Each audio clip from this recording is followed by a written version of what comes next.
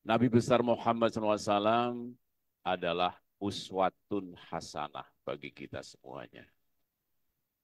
Beliau sangat ingin umat Islam itu banyak jumlahnya, tinggi kualitasnya. Karena itu hendaklah setiap orang yang beriman, setiap wanita yang mukminah, semuanya bercita-cita membangun rumah tangga dan punya keturunan. Dan pada pagi hari ini kita akan membahas tentang cara bergaul dengan wanita. Ini sangat penting karena apa? Banyak sekali akhir-akhir ini perceraian rumah tangga. Karena apa? Karena tidak pahamnya aturan-aturan di dalam agama tentang pergaulan laki-laki dan perempuan. Ada yang disebut dengan KDRT. Apa itu singkatan apa KDRT? Ada Kekerasan dalam dalam rumah tangga. rumah tangga. Ada yang dipukul, ada yang ditendang, dan sebagainya, dan sebagainya. Semoga dengan pengajian pagi hari ini kita bisa punya cita-cita atau yang sudah membangun rumah tangga bisa membangun rumah tangga yang sakinah, mawaddah, warahmah. Amin Amin. ya robbal alamin. Bab 34, cara bergaul dengan wanita. Allah berfirman dalam surat An-Nisa 19, "Wa'ashiruhunna bil ma'ruf." Yang artinya dan bergaullah dengan mereka secara patut atau secara baik. Kemudian dalam surat An-Nisa 129, dan kamu sekali-kali tidak akan dapat berlaku adil di antara istri-istrimu, walaupun kamu sangat ingin berbuat demikian. Karena itu janganlah kamu selalu cenderung kepada yang kamu cintai, sehingga kamu biarkan yang lain terkatung-katung. Dan jika kamu mengadakan perbaikan dan memelihara diri dari kecurangan, maka sesungguhnya Allah Maha Pengampun lagi Maha Penyayang. Surat An-Nisa 129. Jadi kalau punya istri dua, jangan sampai sangat cintanya pada yang nomor dua, yang nomor satu dibiarkan terkatung-katung. Hadis pertama dari Abu Hurairah radhiyallahu anhu. Ia berkata bahwa Rasulullah SAW bersabda, perlakukanlah wanita dengan sebaik-baiknya.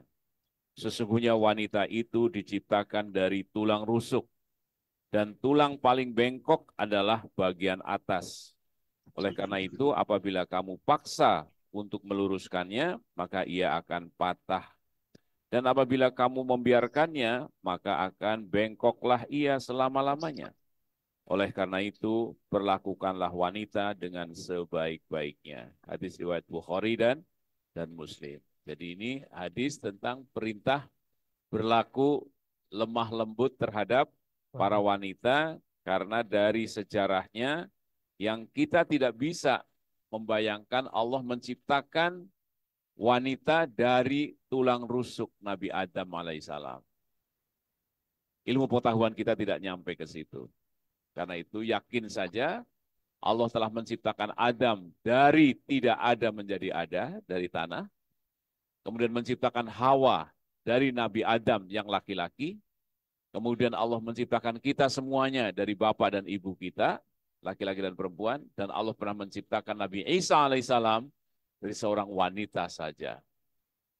Ilmu Allah, andai kata seluruh pepohonan dijadikan pena, lautan dijadikan tinta, ditambah 7 lautan lagi, belum selesai untuk menuliskan ilmu Allah Subhanahu wa taala dibandingkan ilmu kita. Dan itu jangan coba-coba memaksa Allah mengikuti ilmu pengetahuan, mengikuti sains. Tidak akan bisa. Ilmu Allah tidak bisa dibatasi dengan ilmu pengetahuan. Ketika kita sekarang dapat ilmu untuk jadinya sel embrio harus ada sperma dan sel telur. Dulu Adam spermanya siapa? Hawa bagaimana? Nabi Isa bagaimana? Tidak bisa dibatasi dengan itu semuanya. Pada riwayat Bukhari Muslim disebutkan wanita itu bagaikan tulang rusuk. Jika kamu meluruskannya dengan paksa, maka kamu akan mematahkannya. Tetapi jika kamu mencari kepuasan darinya, maka kamu akan mendapat kepuasan itu. tapi padanya tetap ada yang bengkok. Pada riwayat Muslim yang lain disebutkan sesungguhnya wanita itu diciptakan dari tulang rusuk. Ia tidak akan lurus dengan satu cara yang kamu pakai. Maka apabila kamu mencari kepuasan darinya, kamu akan mendapatkannya, tetapi padanya tetap ada kebengkokan. Dan jika kamu meluruskannya dengan paksa, maka kamu akan mematahkannya.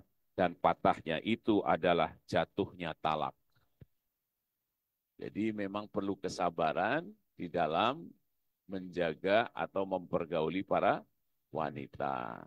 Kalau dengan kesabaran, insya Allah kita akan sangat terbantu dengan adanya para wanita dan kita punya keturunan. Tapi kalau nggak sabar, kabur dia.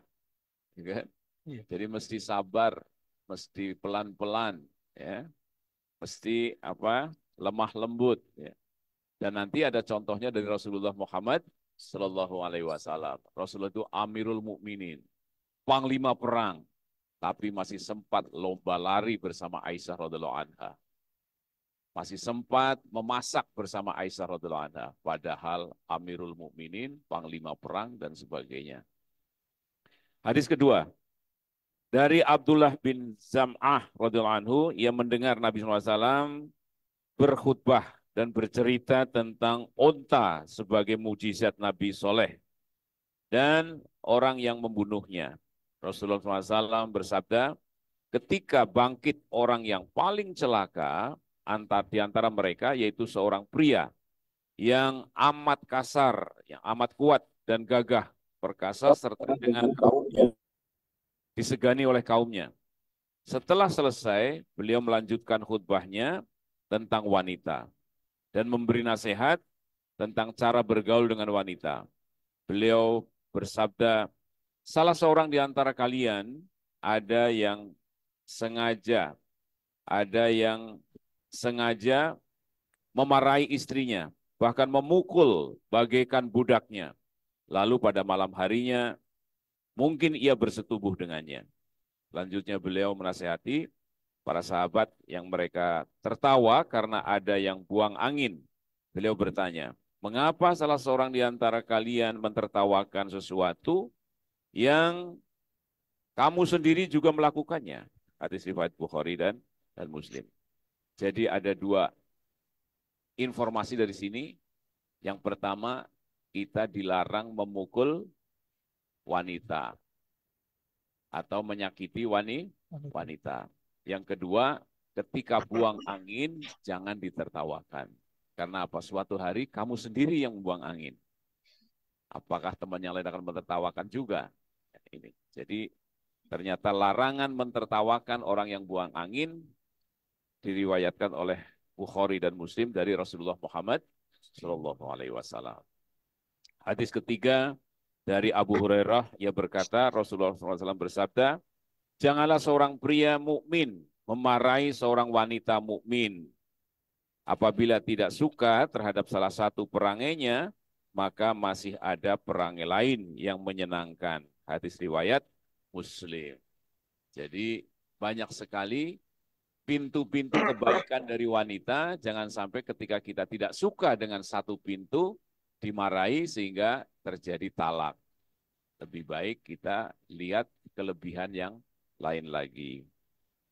Hadis keempat dari Amr bin Al-Ahwash Al-Dusyami radhiyallahu anhu, ia mendengar Nabi SAW pada Haji Wada ya, berkhutbah.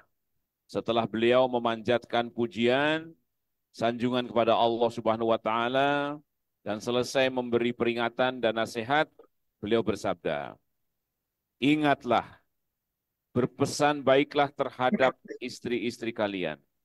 Sesungguhnya mereka memerlukan perlindunganmu. Sedikit pun kamu tidak boleh berbuat kejam terhadap mereka, kecuali mereka telah nyata melakukan kejahatan. Jika mereka melakukan kejahatan, janganlah kamu menemani mereka di dalam tidur, dan pukullah mereka dengan pukulan yang tidak melukai. Bila mereka telah taat, janganlah kamu berlaku keras terhadap mereka. Ingatlah, sesungguhnya kalian punya hak atas istrimu, dan istrimu juga mempunyai hak pada diri kalian. Hak kamu atas mereka, yaitu tidak boleh memasukkan orang yang tidak kamu sukai ke dalam kamarmu, dan tidak mengizinkan orang yang tidak kamu sukai masuk ke dalam rumahmu. Ingatlah, hak mereka atas kamu adalah kamu bergaul dengan cara yang baik, terutama dalam memberi pakaian dan makanan. Hadis riwayat Tirmizi. Jadi ini nasihat lengkap dari Rasulullah SAW tentang suami istri. Istri punya hak, suami juga punya hak. Di sini tidak boleh berlaku kejam, kalau kecuali berlaku maksiat yang nyata, ya. Itu pun boleh dipukul pada bagian yang tidak pada wajah tidak boleh, ya. Pada bagian-bagian yang tidak membahayakan. Hak kamu atas mereka yaitu tidak boleh memasukkan. Nah, jadi para wanita harus menjaga diri, menjaga rumah tangganya, jangan memasukkan laki-laki yang tidak disukai atau bukan muhrim, ya, masuk ke dalam rumah. Ingatlah hak mereka atas kamu adalah kamu bergaul dengan cara yang baik. Jadi wa'ashiru bil ma'ruf, terutama dalam memberi pakaian dan makanan. Hadis riwayat Tirmizi. Hadis kelima dari Muawiyah bin Haidah radhiyallahu anhu, ia berkata, aku bertanya kepada Rasulullah SAW, apakah hak istri atas suaminya? Jadi apa hak istri atas suaminya? Beliau menjawab, kamu harus memberinya makan,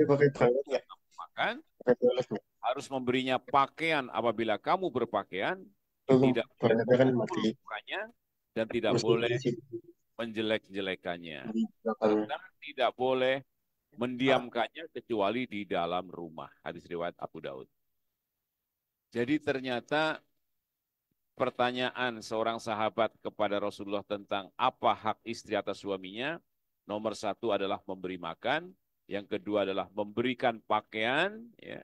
Kemudian tidak boleh memukul mukanya, tidak boleh menjelek-jelekannya, serta tidak boleh mendiamkannya, kecuali di dalam rumah ketika ada masalah sedikit boleh mendiamkan. Tapi jangan sampai didiamkan sampai keluar tetangga-tetangga pada tahu suaminya yang mendiamkan istrinya.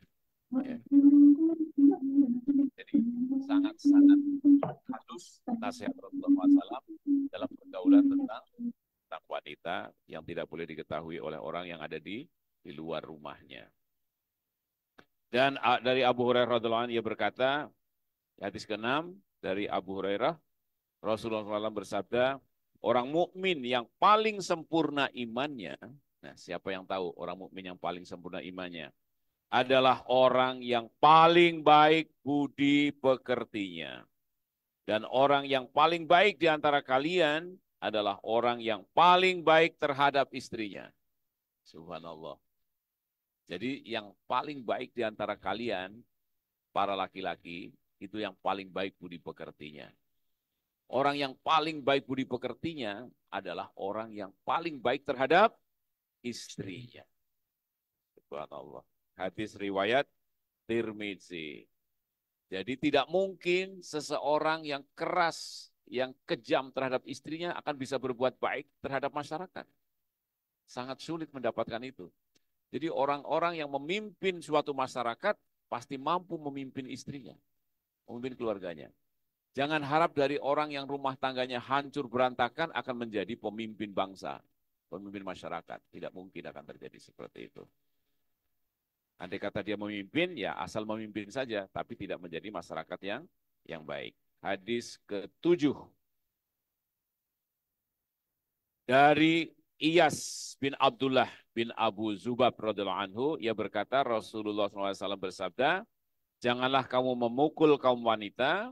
Kemudian Umar mendatangi Rasulullah SAW dan berkata, wanita-wanita itu kini berani kepada suaminya.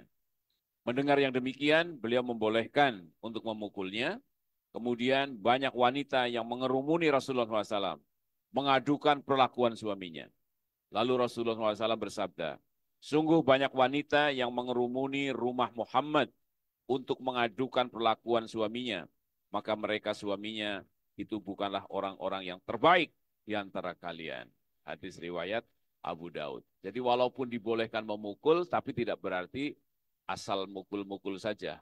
Ya kan? Ternyata Rasulullah mengatakan, orang yang suka memukul suaminya bukan orang yang terbaik di antara kalian. Ya. Jadi boleh memukul, tetapi tidak boleh pada wajah. Itu pun tidak boleh sembarangan. Tidak ada kesalahan apa-apa memukul, apalagi menendang, apalagi sedang dalam keadaan hamil. Di dalam biologi ada proses pertumbuhan janin yang kalau terkena gerakan yang keras secara mekanik akan terjadi perubahan. Ada seorang wanita hamil, kemudian dia naik kereta, mau naik kereta api, terpleset di peron, terjatuh. Ternyata begitu lahir bayinya, saluran air susunya masuk ke paru-paru. Sebaliknya saluran nafasnya yang masuk ke lambung. Subhanallah. Akhirnya tidak bisa ditolong lagi. Itu hanya gara-gara karena ketika sedang hamil, perutnya jatuh di peron kereta api. Jadi maka konsekuensi dari lemah lembut terhadap istri, jangan menendang, jangan memukul dan sebagainya, itu konsekuensinya ternyata sangat berat secara biologis. Demikian bab tentang wanita. Lanjut kita ke bab 35, hak suami atas istri. Ya, supaya adil. Adil. Jadi hak suami atas istri. Allah SWT berfirman, Ar-rijalu qawwamuna 'alan nisa. Laki-laki itu adalah pemimpin atas wanita-wanita. Kenapa begitu? Bima fadlallahu ba'dahum 'ala ba'din. Karena Allah telah melebihkan laki-laki atas para wanita. Ala ba'din. Wa bima anfaqu min anwalihim. Karena laki-laki itu menginfakkan atau menafkahi istri-istrinya min anwalihim. Fasolihatu qanitatun hafidhatul lil ghaibi bima hafidhallah.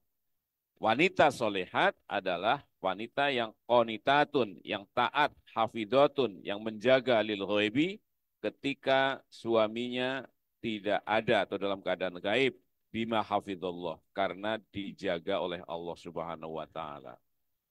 Ini surat sangat terkenal terutama untuk ceramah pernikahan, ya.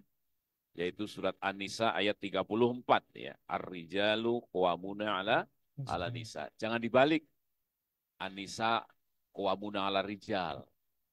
Karena akhir-akhir ini banyak juga karena memahami emansipasi, ya nurut-nurut sajalah sama perempuan. Bahkan uang belanjanya pun diputuskan oleh perempuan saja. Ternyata tidak boleh. Perempuan boleh usul, menyampaikan, tetapi keputusan ketok palu penggunaan keuangan rumah tangga ada di tangan suami. Ar-rijalu qawwamuna 'ala nisa, dan laki-laki itu dilebihkan atas perempuan, karena itu laki-laki punya kewajiban, yaitu memberikan nafkah. Ya, berikan nafkah. Kemudian apalagi, jadi mau setinggi apa gaji perempuan tetap diberi nafkah oleh suaminya. Kecuali dengan ikhlas, dengan rela mau memberikan bantuan kepada suaminya. Beda dengan suami. Suami harus memberikan nafkah. Oke. Karena di sini kewajibannya bima fadlallahu ba'dahum 'ala ba'din wa bima anfaqu min amwalihim. Hadis pertama dari Abu Hurairah radhiyallahu anhu, ia berkata, Rasulullah SAW bersabda, apabila seorang suami mengajak istrinya untuk tidur bersama, kemudian ia menolak, lalu suaminya marah kepada istrinya pada malam itu, maka istrinya akan mendapatkan laknat atau kutukan malaikat sampai pagi hari. Hadis riwayat Bukhari dan Muslim. Jadi harus mau ketika suaminya mengajak tidur bersama. Ya, tidur bersama itu artinya berpelukan dan sebagainya, tidak berarti berhubungan secara seksual, tidak harus seperti itu. Tapi bisa juga sampai seperti itu. Jangan sampai menolak seorang istri diajak oleh suaminya untuk tidur bersama. Dalam riwayat lain, Rasulullah SAW bersabda, apabila seorang istri meninggalkan tempat tidur suaminya semalam, maka akan mendapat laknat atau kutukan malaikat sampai pagi. Riwayat lain, Rasulullah SAW bersabda, demi zat yang menggenggam jiwaku, seorang suami yang mengajak istrinya untuk tidur bersama, kemudian istrinya menolak, maka semua makhluk yang ada di langit memarahi istrinya sampai suaminya ridho. Jadi tadi sampai pagi, tapi ada tambahan di sini dalam riwayat yang lain, yaitu sampai suaminya ridho. Ya, ini sangat penting difahami oleh para wanita. Jangan sampai karena memahami emansipasi, maka tidak mau melayani suaminya. Dan insya Allah suami-suami yang soleh juga akan melihat bagaimana kondisi istrinya. Ya mungkin kalau sedang haid kan jelas tidak mungkin. Ya. Kalau sedang haid, andai kata tidur bersamanya cuma berpelukan saja, tidak terjadi hubungan laki-laki dan perempuan. Karena itu semoga mahasiswa-mahasiswi BB nanti ketika menikah ingat hadis-hadis ini, ya, bahwa perempuan juga ada masa-masanya, ada haid, ada sakit dan sebagainya. Insya Allah tidak sembarangan mengajaknya ketika istrinya dalam keadaan kerepotan atau kesakitan. Rasulullah SAW bersabda, ini berikutnya hadis kedua tentang hak suami atas istri dari Abu Hurairah radhiyallahu anhu, ia berkata, Rasulullah SAW bersabda, seorang istri tidak diperbolehkan berpuasa sunnah sewaktu suaminya ada di rumah, kecuali dengan seizin suaminya. Juga tidak diperbolehkan mengizinkan orang masuk ke rumahnya, kecuali dengan seizin suaminya. Jadi ada dua yang harus diperhatikan oleh para istri, oleh para wanita. Nomor satu, tidak boleh berpuasa sunnah tanpa izin suami, apalagi suaminya sedang di rumah. Ya. Yang kedua, tidak boleh memasukkan orang ke rumahnya kecuali dengan izin suami. Jadi ini ada teman SMA mau main ke rumah kita. Jangan sampai suami tidak tahu, tiba-tiba kita sudah ngobrol di ruang tamu. Ya. Hal-hal yang seperti ini yang bisa membuat kekerasan dalam rumah tangga ketika seorang istri tidak tahu apa kewajibannya terhadap suaminya. Ya, jadi jagalah perasaan suaminya, pahami perasaan suaminya apabila melakukan sesuatu yang mungkin suaminya tidak suka. Ya. Oke. Hadis ketiga. Dari Ibnu Umar radhiyallahu anhu, dari Nabi SAW, beliau bersabda, kalian adalah pemimpin dan kalian akan dimintai pertanggungjawaban atas kepemimpinan kalian. Seorang penguasa adalah pemimpin, seorang suami adalah seorang pemimpin, seluruh keluarganya. Demikian pula seorang istri adalah pemimpin atas rumah suami dan anak-anaknya.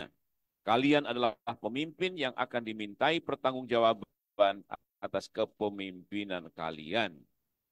Hadis riwayat Bukhari dan Muslim. Jadi selama ini yang dikira pemimpin hanya laki-laki. Ternyata wanita juga pemimpin, yaitu pemimpin atas rumah tangga dan anak-anaknya yang mendapatkan amanah dari suaminya.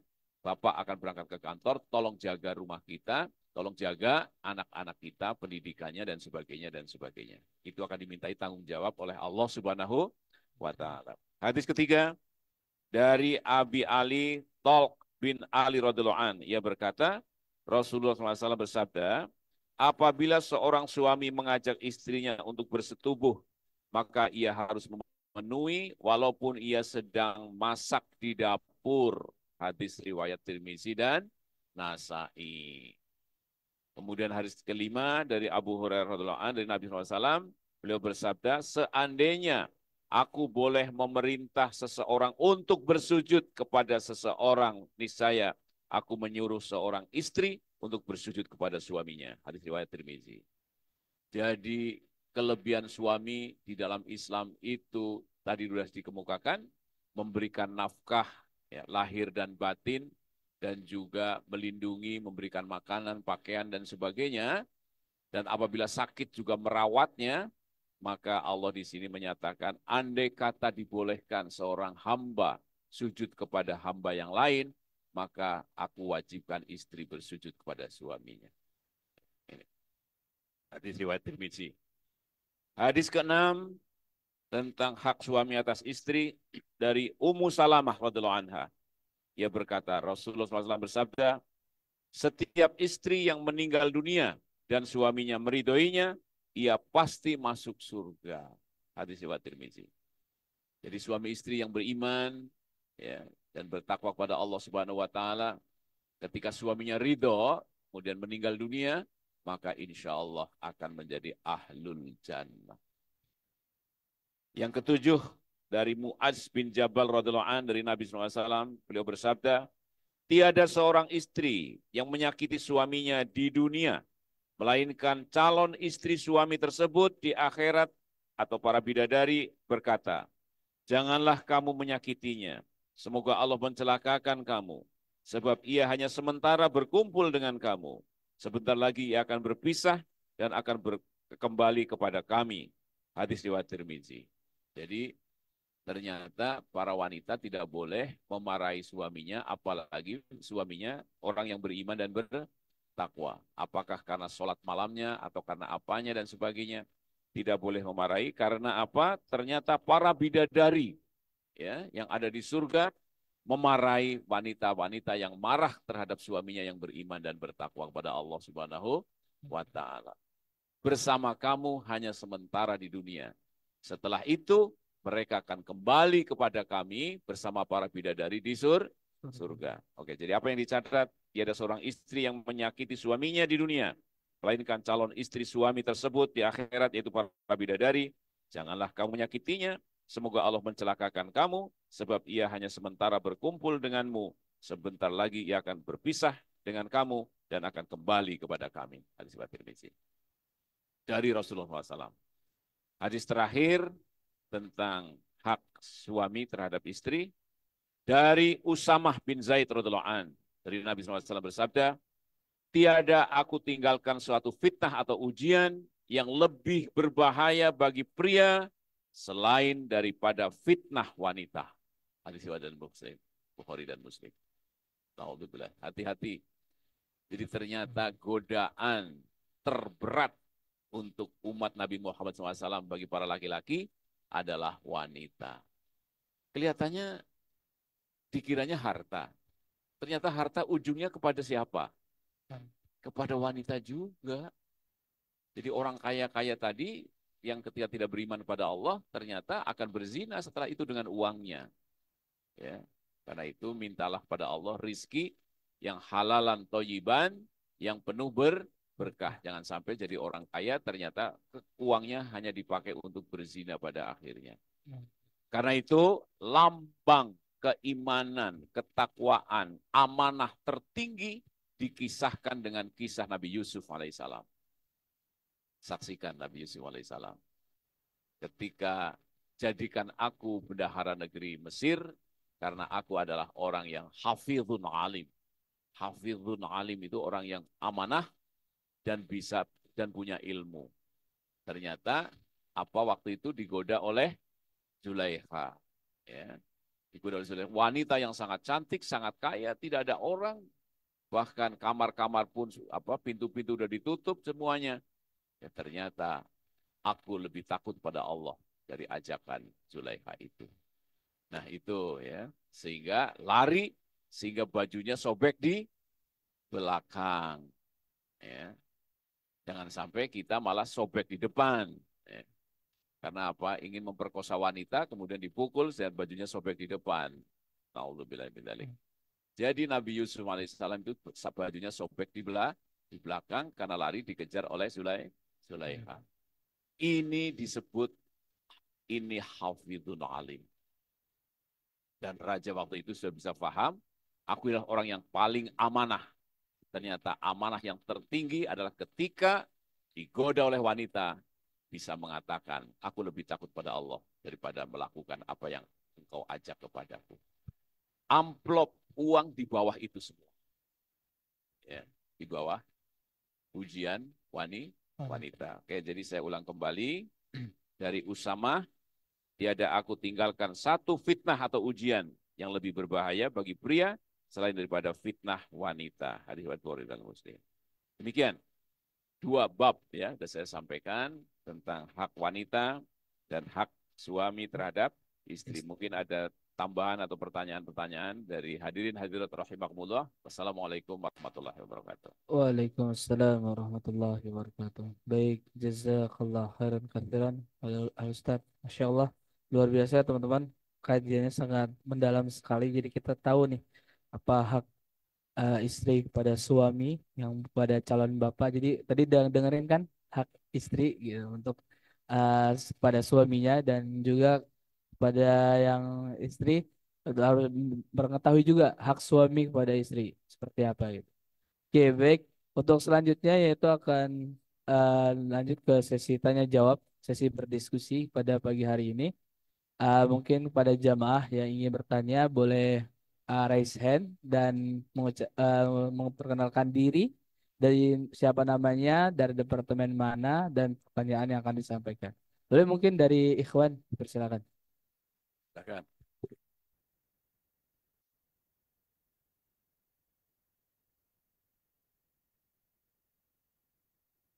Cek, cek. Baik. Bismillah. Assalamualaikum warahmatullahi wabarakatuh. Waalaikumsalam warahmatullahi wabarakatuh. Sebelumnya, syukran jazakallah khair Ustaz atas penyampaian materinya mengenai bab apa yang harus kita lakukan sebagai suami nantinya ketika dengan istri dan hak suami atas istri.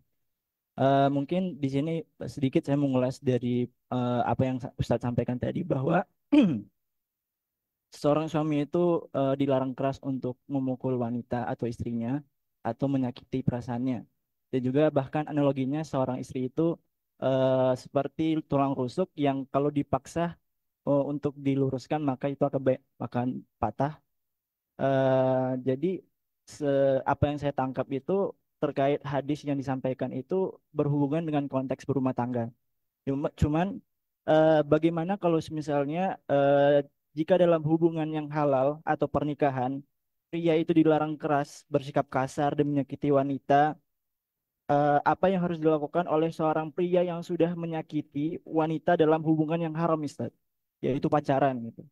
Pacaran tak jarang banyak mungkin di zaman sekarang yang kaum-kaum mahasiswa lah atau remaja itu yang terjerumus ke dalam kemaksiatan tersebut sehingga tak jarang ditemui banyak pria-pria yang menyakiti perasaan wanita dan meninggalkan begitu saja tanpa ada rasa tanggung jawab gitu. Dan bagaimana apa yang harus dilakukan terhadap pria yang sudah terlanjur menyakiti perasaan wanita itu dalam hubungan haramnya, apa yang bagaimana langkah taubat dan tanggung jawab yang harus dilakukan oleh si pria yang sudah menyakiti perasaan wanita tersebut gitu. Mungkin itu pertanyaan dari saya. Syukran jazakallah khair. Oke. Langsung Mas, kita jawab ya. Luar biasa pertanyaannya. Kalau tadi ketika perempuan berbuat sesuatu, tidak berarti tidak boleh dipukul. Awalnya seperti itu. Tetapi akhirnya kan boleh memukul, tapi tidak boleh pada bagian yang berbahaya, yaitu wajah. Pada bagian yang lain diperbolehkan. Tapi tidak boleh terlalu banyak juga. Karena bukan laki-laki yang baik ketika banyak sekali memukuli istrinya. Ya, itu nomor satu, koreksi terhadap itu. Jadi tidak boleh pukul, boleh. Bahkan meninggalkan tempat tidurnya suami juga boleh, membiarkan dia tidur sendiri. Diperbolehkan ketika terjadi sesuatu peringatan pada istri. Sekarang bagaimana ketika suaminya yang ternyata berbuat selingkuh atau berbuat zina dengan wanita lain? Kalau dalam suatu negara yang berdasarkan Islam, maka dia akan kena hukuman. Ya kan? Tapi kalau ketika tidak, maka istri boleh gugat cerai. Gugat cerai kepada pengadilan dan agama. Menyampaikan bahwa suaminya tidak memberi nafkah, suaminya malah berbuat zina dengan perempuan yang lain. Kecuali suaminya menikah dengan syah. Tidak bisa digugat cerai. Karena apa? Secara agama itu sah. Tapi kalau dia berbuat zina, maka boleh menggugat cerai. Jadi walaupun cerai itu adalah hak seorang laki-laki, seorang suami memberikan talak, tapi ketika wanita dalam Muslim, dalam Islam, diperlakukan semena-mena, boleh mengajukan kepada pengadilan agama. menyampaikan, pertama menuliskan, sekarang aturannya dituliskan dalam 3 lembar, apa permasalahannya, nanti akan diundang sidang 1, sidang 2, sidang 3, dipanggil juga suaminya dengan surat yang wajib datang. Itu. Kalau tidak, maka akan diputuskan oleh pengadilan agama. Jadi perceraiannya tidak diucapkan oleh suami, tapi perceraiannya diucapkan oleh pengadilan agama. Begitu jawaban saya. Jadi tidak berarti perempuan itu tidak punya hak.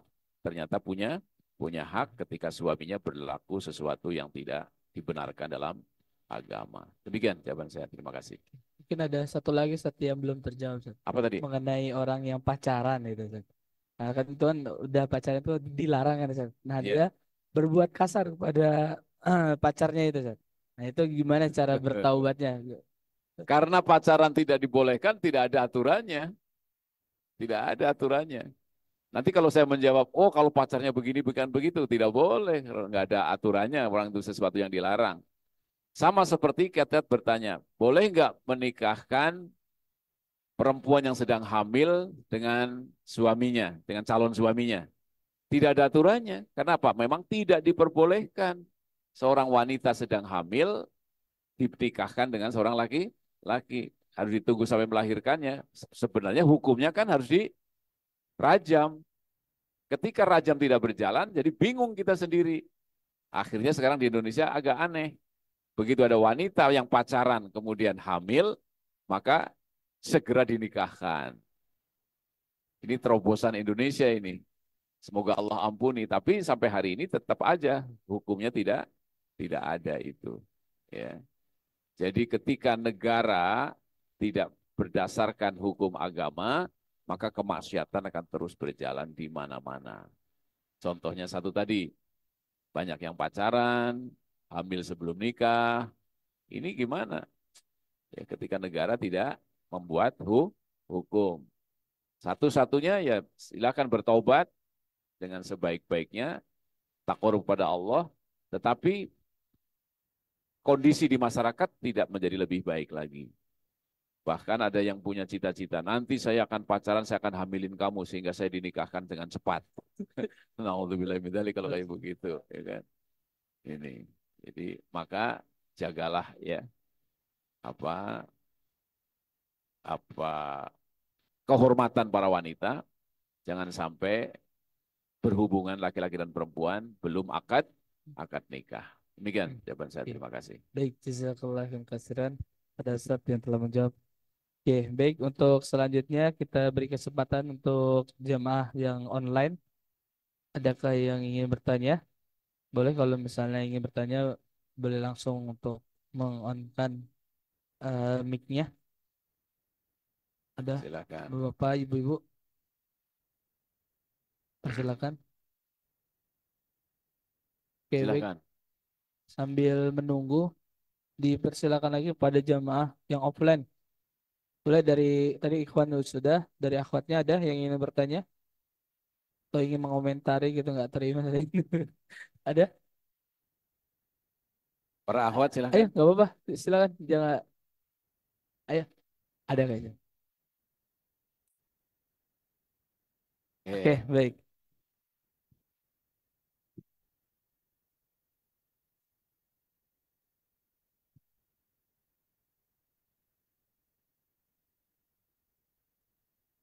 Silakan.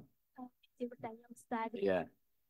kenapa sih Ustadz perempuan tuh ketika menikah tuh kayak beban porsinya tuh lebih banyak gitu. Padahal sebenarnya cuma satu sih menurut aja sama suami, tapi kayak berat banget gitu kedengarannya Ustadz. Gimana sih caranya biar kita tuh bisa menjadi istri yang taat nantinya? Terima kasih. Ya. Jadi pertanyaannya, kok jadi wanita berat banget? Tapi wanita kan diberi nafkah. Anda tidak harus bekerja. Suruh bermain-main di rumah, masak-masak di rumah dengan senang bersama anak-anak, ya kan? Di situ.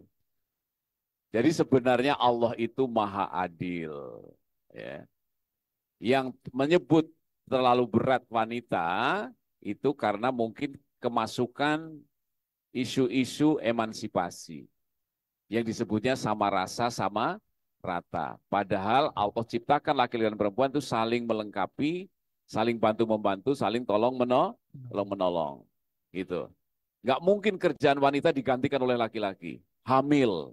Mana ada laki-laki bisa hamil? Kan nggak mungkin. Ya kan? Yang kedua, dia menyusui.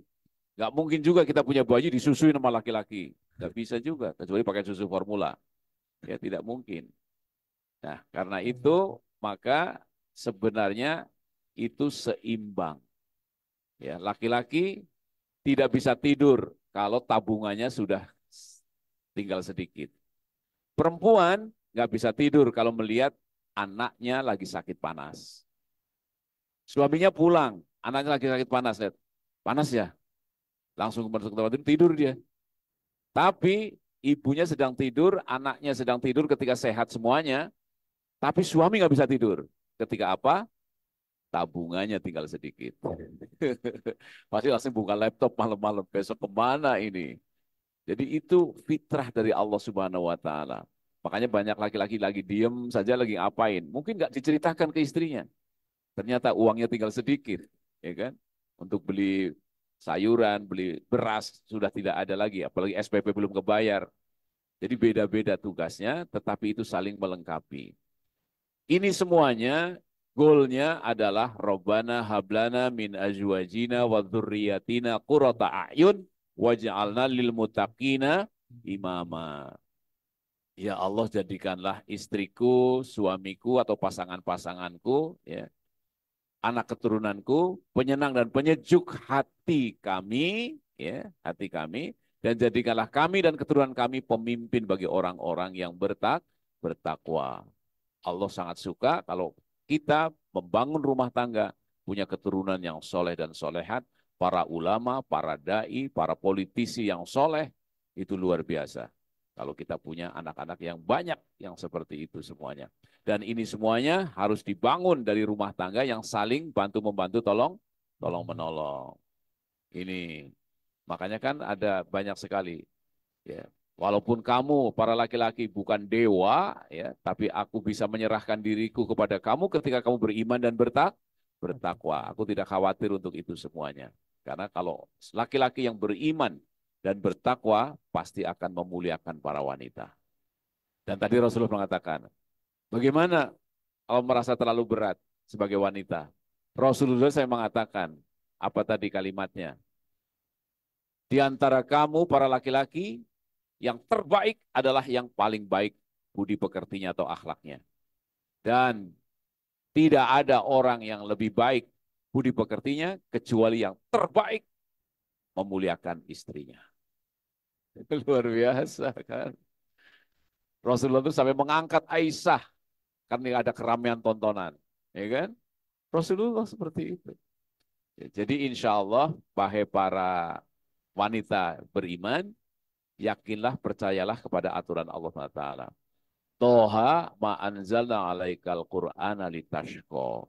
Tidaklah Al-Quran diturunkan agar kamu menjadi susah. Tetapi Al-Quran itu hudan warahmatan lil mu'minin. Petunjuk dan sekaligus rahmat bagi orang yang beriman. Makanya saya menyerukan para wanita, hendaklah baca Al-Quran, hendaklah ikut pengajian. Wanita atau laki-laki yang takut, khawatir nanti istrinya akan begini dan begitu, atau khawatir suaminya ternyata tidak baik dan sebagainya, itu laki-laki dan perempuan yang sombong. Merasa dirinya paling hebat, paling sempurna. Seolah hanya dirinya yang akan bisa berbuat baik kepada istrinya, atau dirinya yang akan bisa berbaik pada suaminya. Padahal kita hidup adalah berlomba-lomba, fastabiqul khairat. Maka masukilah rumah tangga dengan aturan-aturan Allah dan Rasul-Nya. Supaya tidak terjadi sesuatu yang buruk, maka Rasulullah menasihati kita semuanya. Wanita itu dinikahi, pertama karena kecantikannya. Kedua, karena keturunan orang hebat, orang ningrat.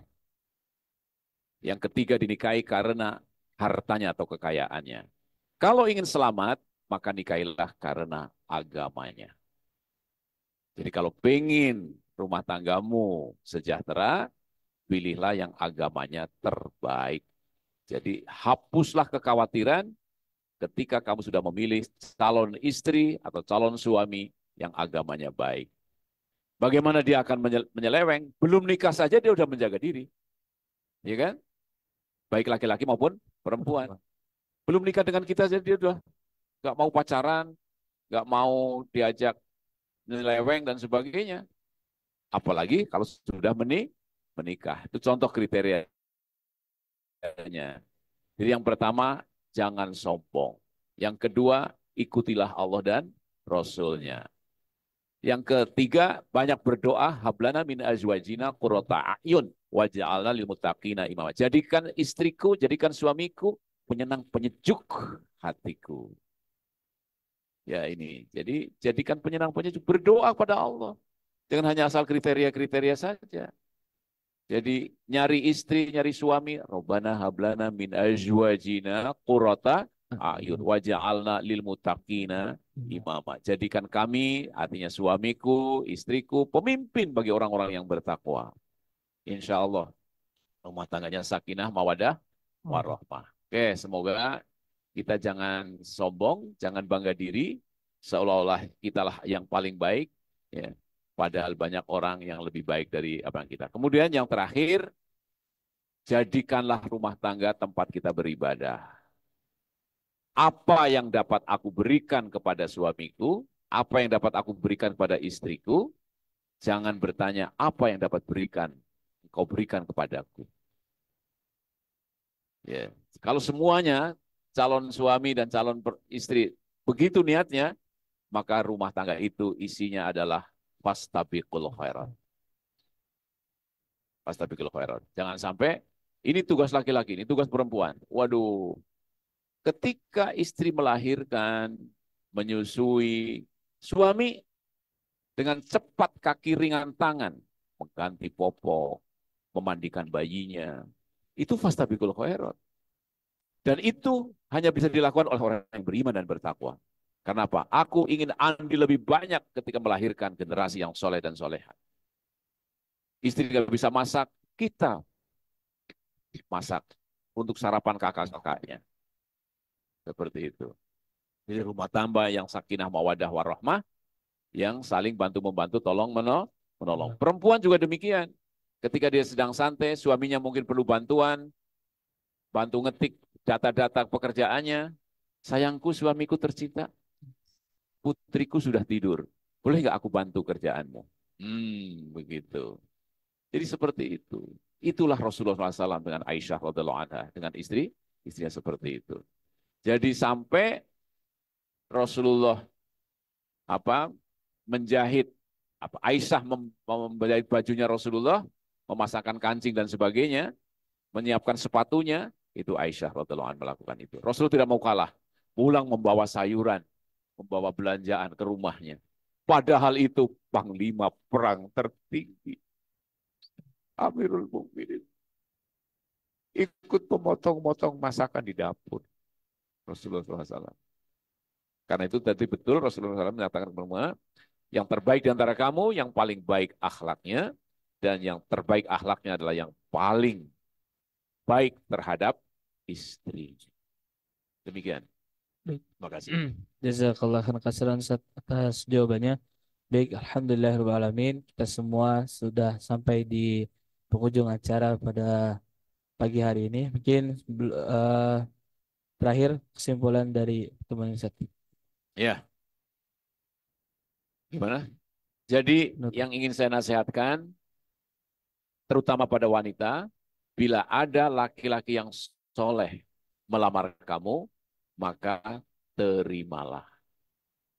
Jangan sampai hanya karena masalah fisik, tingginya kurang 5 cm, atau giginya mungkin agak gingsul, sebagai sarana menolaknya. Karena apa? Akan terjadi fitnah. Nanti kita akan ketemu pada hadis berikutnya. Dari fitnah. Fitnah itu apa? Akhirnya tidak ada orang yang datang melamar kamu lagi. Jadi memilih suami itu bukan seperti memilih baju. Ketika kamu suka dengan baju itu, kamu ambil, langsung bisa kamu pakai. Bajunya nggak protes. Kamu suka si A, ganteng, tinggi, putih, agamanya bagus, tapi si A itu nggak suka sama kamu, nggak kunjung melamar. Apakah kamu hanya melamun saja nunggu lamaran? Sementara yang datang yang tidak terlalu ganteng, tapi soleh, ditolak. Nah ini, jangan sampai seperti itu, akan terjadi fitnah. Pada akhirnya yang dicintai tidak kunjung datang, yang kunjung datang ditolak. Akhirnya sampai nenek-nenek tidak menikah. Na'udzubillah min dzalik. Sangat menyedihkan itu semua. Makanya kriterianya nggak usah terlalu banyak. Agamanya baik, sudah. Insya Allah yang lainnya akan dicukupkan oleh Allah dan Rasulnya dengan apa yang ada. Itu nasihat. Bagi yang laki-laki, pilihlah wanita yang soleha. Jangan sampai cari wanita-wanita yang tidak beriman, yang tidak bertakwa, dengan alasan nanti saya akan dakwai di rumah tangga. Kamu yang akan didakwai oleh mereka. Tadinya pas bujangan senang ke masjid, begitu nikah nggak pernah ke masjid lagi. Karena pengaruh istrinya. Demikian.